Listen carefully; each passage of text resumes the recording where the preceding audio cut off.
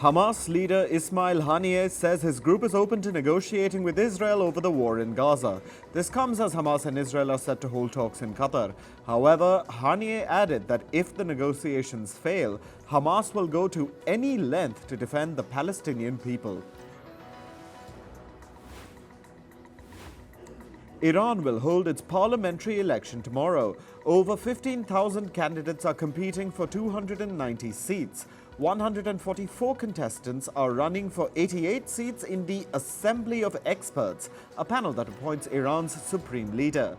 Iran's electoral body says over 61 million people are expected to cast their vote. Ukrainian President Volodymyr Zelensky attended a security summit in Albania. He met leaders from the Balkan nations and some other European countries as well. Zelensky addressed the summit and urged European leaders to prepare for the threat from Russia. He said, and I quote, "Europe must prepare for Putin's next steps." Clashes erupted between protesters and police officials in Greece's capital city, Athens. Thousands of workers and students demonstrated against the government. Transport services and shops were shut down due to a strike. The protests were organized to mark the one-year anniversary of the country's deadliest train crash, which killed 57 people. Philippine President Ferdinand Marcos Jr. visited Australia yesterday. Marcos met Australian Prime Minister Anthony Albanese. The two leaders called for greater bilateral cooperation in the Indo-Pacific region. Marcos and Albanese also pledged to increase the maritime security cooperation between their nations. South Korea has deployed its military doctors to take over duties in private hospitals. This is after President Yoon Suk-yeol declared a nationwide medical emergency. The military doctors will take charge of hospitals abandoned by the doctors who are on strike. At least two-thirds of South Korea's civilian doctors are refusing to work if the government increases seats in medical colleges. Meanwhile, the government has warned the striking doctors that it will suspend their practice licenses. U.S. Secretary of State Antony Blinken welcomed his South Korean counterpart to Washington, D.C. today. The two leaders vowed to enhance bilateral cooperation between the nations. Both leaders also discussed the rising tensions with North Korea and the ongoing war in Ukraine.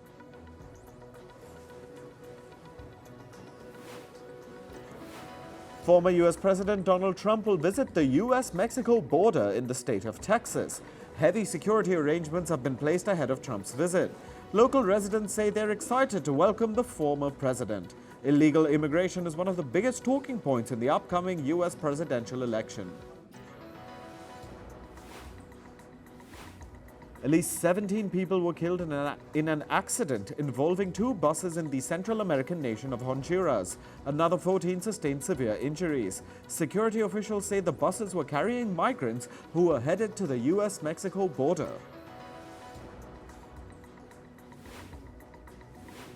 Brazil has deployed genetically modified mosquitoes in the city of Sao Paulo. These mosquitoes kill dengue-carrying female mosquitoes before they reach maturity. This is because only female mosquitoes bite and transmit the disease. Brazil has been battling a dengue outbreak since January. As of now, over 970,000 cases have been reported in the South American nation. 3 aeronautical unions in Argentina went on a 24-hour strike at the Buenos Aires airport yesterday. The protesters demanded a hike in salaries amid rising inflation in the South American nation. The strike forced the cancellation of at least 330 flights. Several hundred international and local travelers were left stranded at the airport for hours. Guinea's trade unions have suspended a nationwide strike that had paralyzed the West African nation's mining sector. This comes after the government released the union's leader, Sekou Jamal Pandessa. Pandessa will now lead the union to resume negotiations with Guinea's military junta over their remaining grievances. This includes a new wage deal with higher salaries for workers and the lifting of internet restrictions. In climate news, severe storms in the U.S. states of Ohio and Michigan caused widespread damage yesterday. Several homes were destroyed throughout Ohio's Clark County. In Michigan's Grand Blanc City, Authorities confirmed that a tornado had caused major damage to an industrial complex and gas lines. Meanwhile, the state of Texas is battling its largest wildfire in history. The blaze has scorched nearly 350,000 hectares of land since Monday. More than 13,000 homes and businesses in Texas were without power yesterday. Officials say the fire has damaged several buildings and killed at least one person. A disaster warning has been issued in 60 counties, forcing thousands of people to leave their homes. In Brazil, a devastating wave of wildfires has hit the northern state of Roraima. This has threatened the livelihoods of indigenous communities living around the Amazon rainforest. An indigenous leader said their community and lands are suffering due to climate change.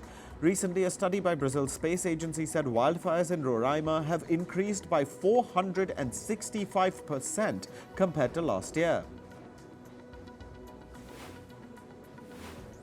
And carbon emissions from wildfires in Brazil, Venezuela and Bolivia have been the highest in any February in 21 years. This is according to a report by the UK-based Copernicus Atmosphere Monitoring Service.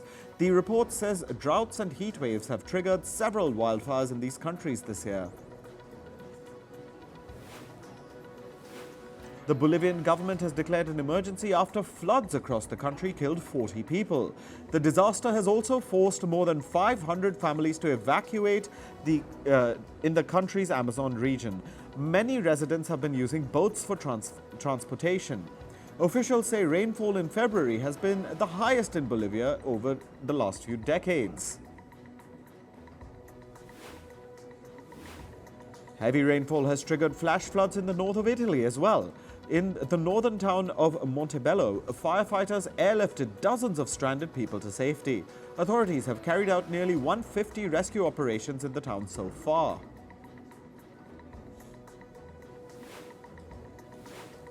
India's weather department has predicted intense snow and rain for its northern regions till the 2nd of March. An orange alert has been issued for Jammu and Kashmir, Ladakh, Himachal Pradesh and Uttarakhand.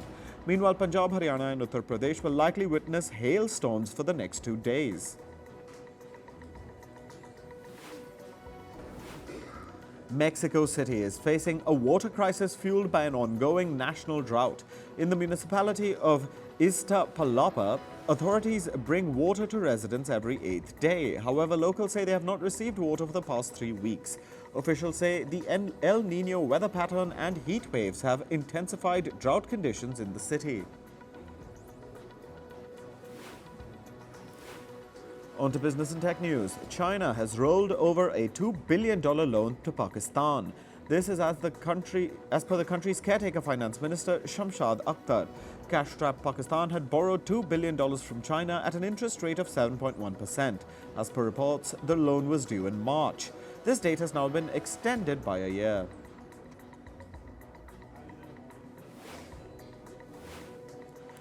Savion, the US solar unit of Shell, has reportedly put around a quarter of its assets up for sale.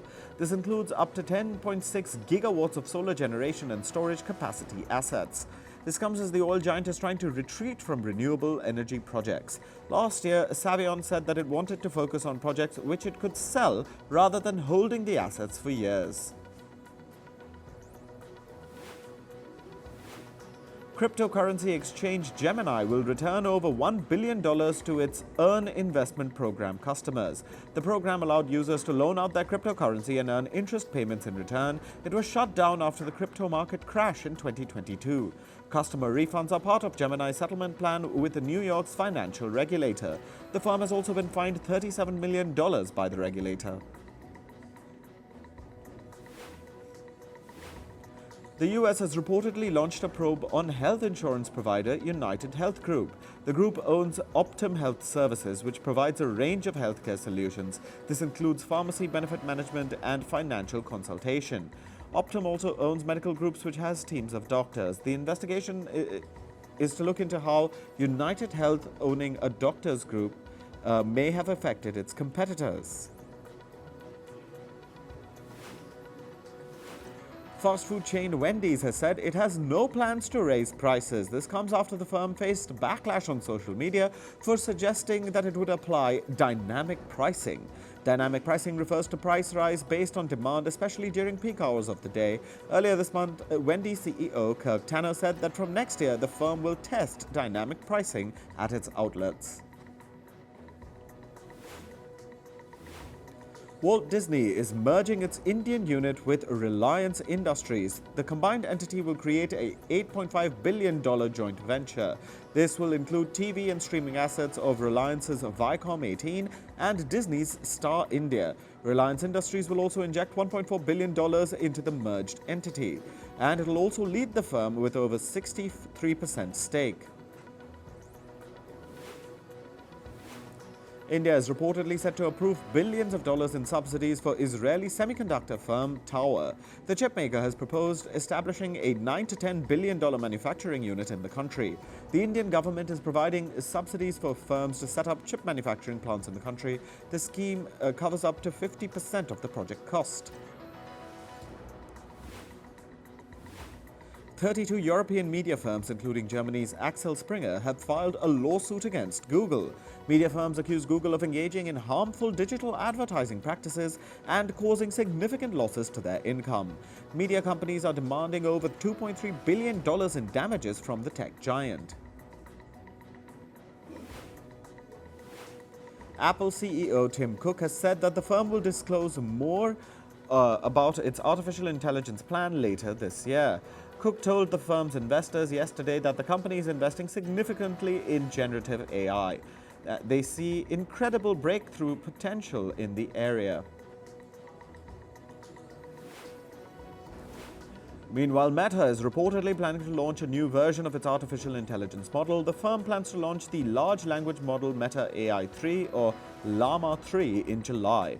Today, Meta's chatbot on its social media platforms only answers non-controversial questions. The new version will reportedly provide context to queries that it deems controversial. Moving to sports and cricket, India's cricket board revealed the men's central contracts for cricketers for the 2023-24 season. Two key players, Ishan Kishan and Shreyas Iyer, were dropped from the annual player contracts list.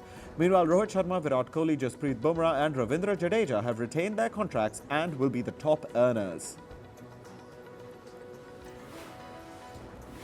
India's rising batting sensation Yashasvi Jaiswal closed in on the top 10 in the ICC rankings for test batters.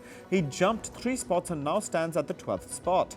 Jaiswal's consistent performances in the England Test series led him to attain his career best ranking.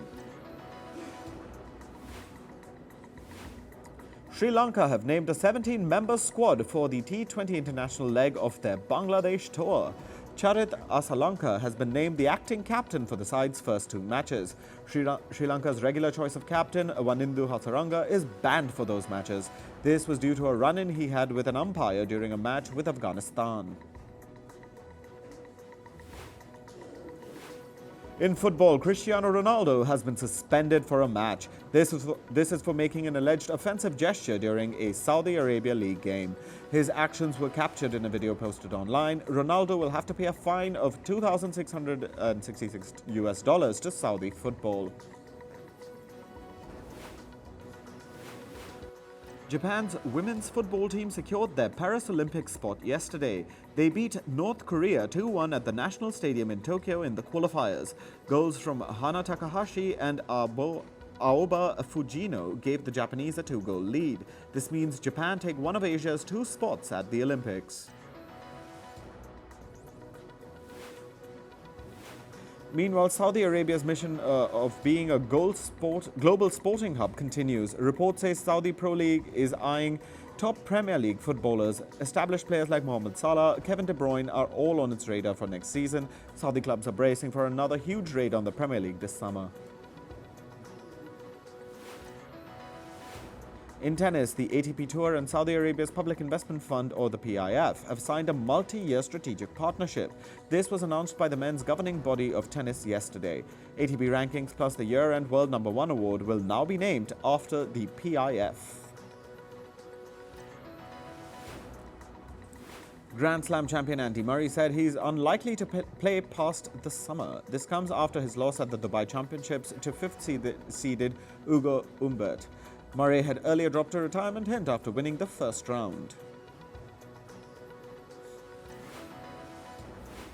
In Formula One, Red Bull boss Christian Horner has been cleared of all the charges of misconduct. He will continue to serve as the team principal. Red Bull's parent company launched a probe earlier this month after a female colleague accused Horner of inappropriate behavior.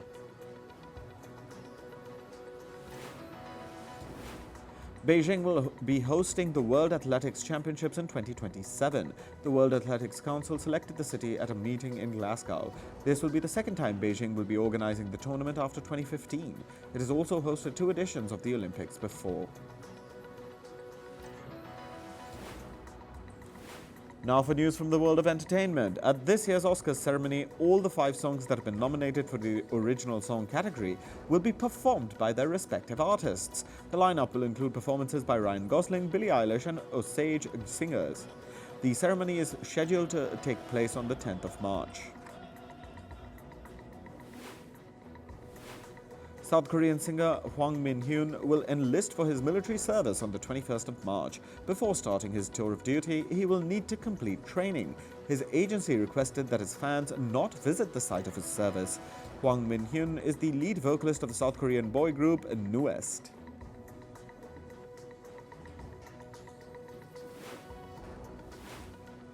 Actor Alaine Richardson revealed that he passed on the chance to play the role of Thor. He had said in an interview that he didn't take the opportunity seriously. The actor thought no one cared about acting but looks. He was rejected because he failed to demonstrate his craft. Eventually, the MCU passed on the role of the Thunder God to Chris Hemsworth. The house of French film actor Alaine Delon was raided by the police. The officials found 72 firearms in the house and seized them. Additionally, they also got 3,000 rounds of ammunition. The police say the actor has no authorization to own firearms like this.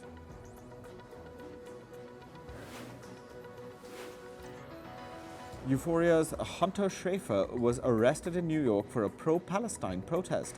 According to reports, the police arrested 50 others along with her. The protest allegedly disrupted U.S. President Joe Biden's event at a late-night show with Seth Meyers. The protesters emphasized on the need for a ceasefire in the Gaza Strip. Actors Stephen Amell and Robbie Amell have been roped in to star in the upcoming sequel of Code 8. The film's story revolves around a group of human beings who possess superpowers. Streaming giant Netflix has acquired the rights to the sequel.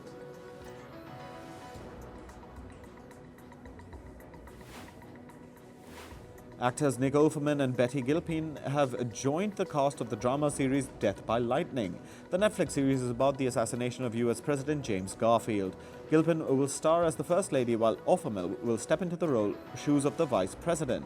The story is based on the novel Destiny of the Republic. A horror film titled Vicious, starring Dakota Fanning, is under production.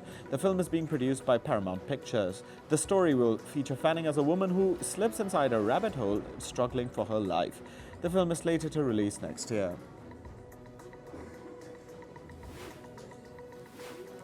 The trailer for the upcoming film The Watchers was released yesterday. The horror film is based on a gothic horror novel by A.H. Shine. The story follows an artist who gets trapped in a forest in Ireland. The film is slated for release on the 7th of June in North America. Canadian singer and songwriter Janice has passed away. The 31-year-old singer was battling cancer. She was diagnosed with a rare type of cancer that affects bones and soft tissues. According to her brother, some of her work will be released at a later date.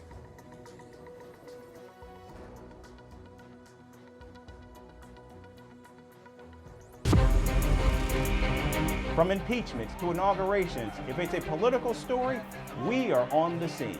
The race for the White House is heating up. We're beating Biden. How dare he say that? If it's breaking news, we're live with the latest coverage. From the White House, the State Department, and Capitol Hill, we know the issues, but above all, we know the players to bring you the latest in-depth analysis on all the key stories that we're covering. I'm Eric Ham. Join me from Washington here on Firstpost America.